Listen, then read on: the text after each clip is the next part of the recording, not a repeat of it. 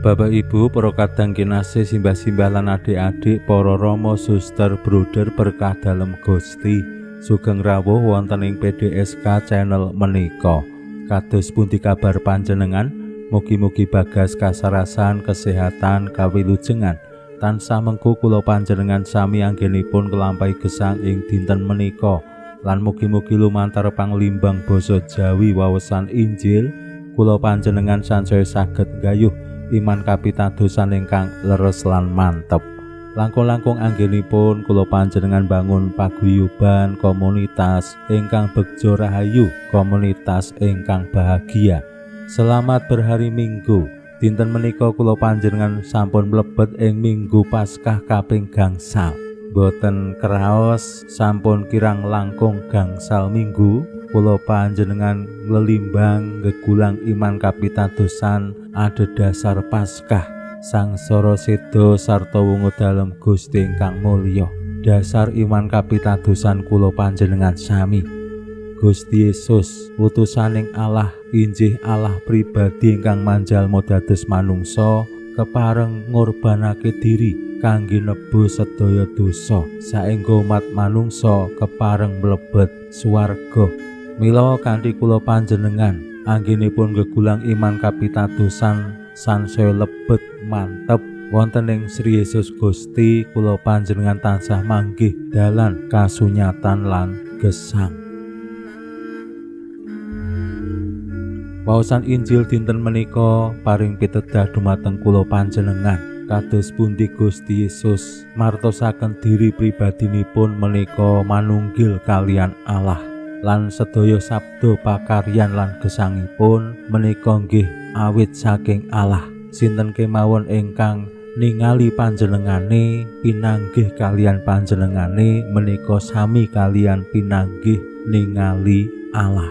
Menika temtu perkawis iman kapitadosan ingkang wiwit sakawit rikala Gusti Yesus rawuh ing alam donya, mbok menawi nggih dados persoalan boten gampil anggenipun mahami. Para murid piyambak ugi ngantos dinten-dinten pungkasan Gusti Yesus wonten ing alam donya ugi dereng nyandak padala para murid dalem mirungganipun para rasul menika ya runtang-runtung glundang-glundung kalian Gusti Yesus saben dintenipun. Ning pranyata kealahan dalem Gusti menika boten gampil dipun pahami.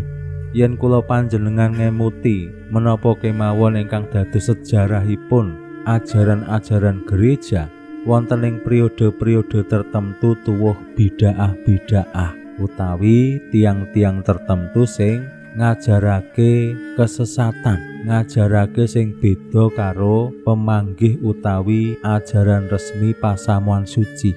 Saengga salah setunggal wohipun menika wonten gereja-gereja sanes, wonten sing ritus timur, ritus barat, wonten gereja Anglikan, wonten gereja Ortodok, wonten gereja Protestan.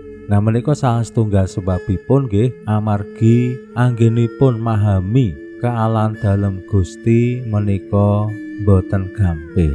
Para murid piyambak ugi manggi sing mekaten.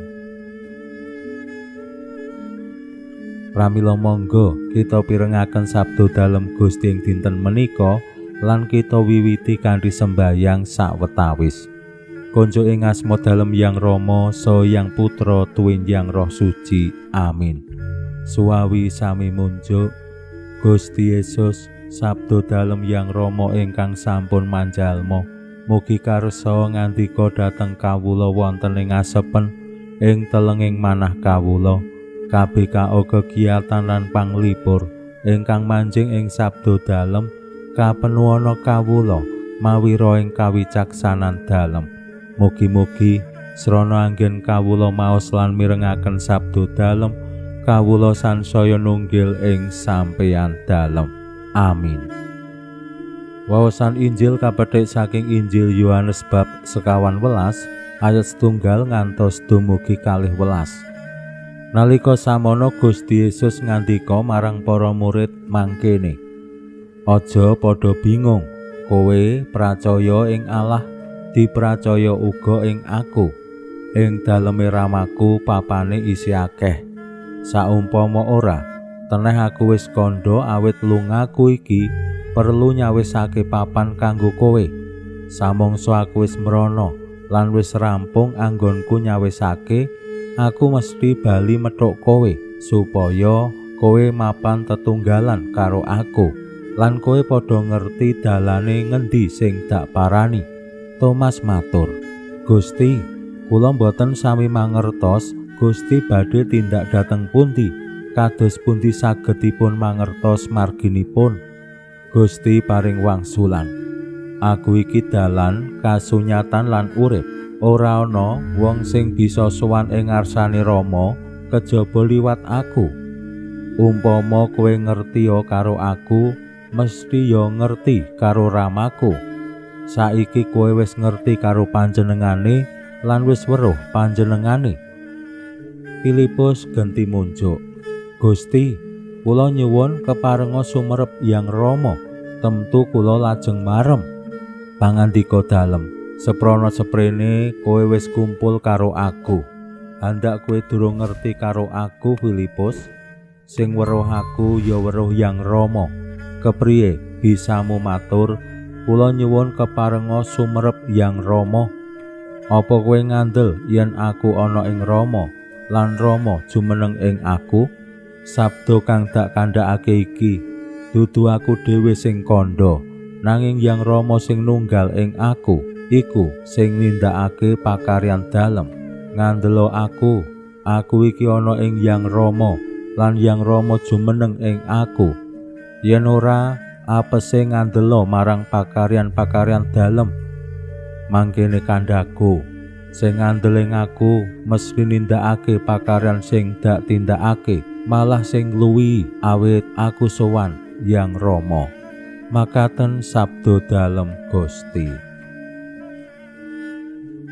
Suwawi sami munjuk, "Gusti, kawula munjuk sembah nuwun karana sabda dalem. Sabda dalem dadosa obor ingkang madangi margining gesang kawula. Katuntuna kawula sageta sabda dalem menika numusi manah ngantos tansah ngrembaka kangge nggayuh gesang ing suwarga. Amin.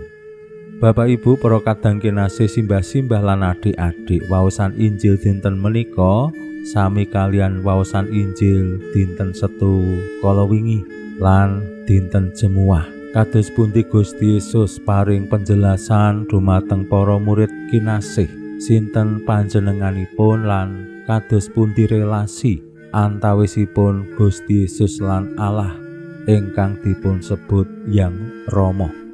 Gusti Yesus kalian Yang Rama menika satunggal. Gusti Yesus wonten ing Yang Rama jumeneng wonten ing Gusti Yesus. Menika paham ingkang dipun paringaken Gusti Yesus dumateng para murid, ning anggenipun para murid mahami utawi nampi menika nggih boten gampil utawi dereng gaduk. Nah menika sing lajeng jalari kados pundi anggenipun nafsiraken sabda pangandika dalem Gusti tumraping alam pikiran manungsa. Mila kathah tiyang ngantos titiwanci jaman kula panjenengan sing isih dereng bisa memahami alahe wong Katolik kok telu, alahe wong Kristen kok telu. Ana Allah Yang Rama, Yang Putra, Yang Roh Suci, utawa ana Santo Yusuf, Ibu Maria lan Yesus ingkang mratelakaken sacara alam pikiran kamanungsan menapa malih dipengaruhi itung-itungan matematis. Alahe telu kok siji kok telu. Nah menika alam pikiraning manungsa, ning bilih Gusti Yesus menika utusaning Allah Allah ingkang ngutus diri pribadinipun manjalma dados manungsa, kula kinten menika saged kelampah. Awit Allah menika maha kuwasa, arep ngapa wae ora usah perlu laporan manungsa. Aku arep dadi manungsa lho, lapor. Mboten kedah mekaten. Allah maha kuwasa arep sangsara ya bisa wae ngalami kados pundi manungsa sing wis dumawah ing dosa. Allah ingkang jaman rumiyin pancen ngukum Adam lan Kawa merga sampun kelanggar menapa sing dados titahing Allah, lan hukumanipun pancen awrat.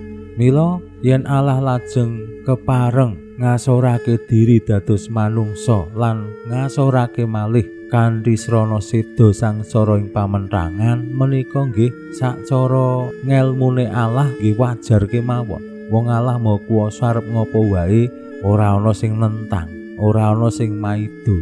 Sing maido ya awake dhewe manungsa sing cupet pikirane iki. Saking pengalamanipun para murid dalem sing sampun sawetawis wekdal sesarengan Gusti ning kok durung paham, kok durung gaduk pikirane, nah menika nggih dados kesadaran kula panjenengan. Sak pinter-pintere pikirane awake dhewe temtu kemawon kedah kula ageng isih cupet wonten ing ngarsaning Allah.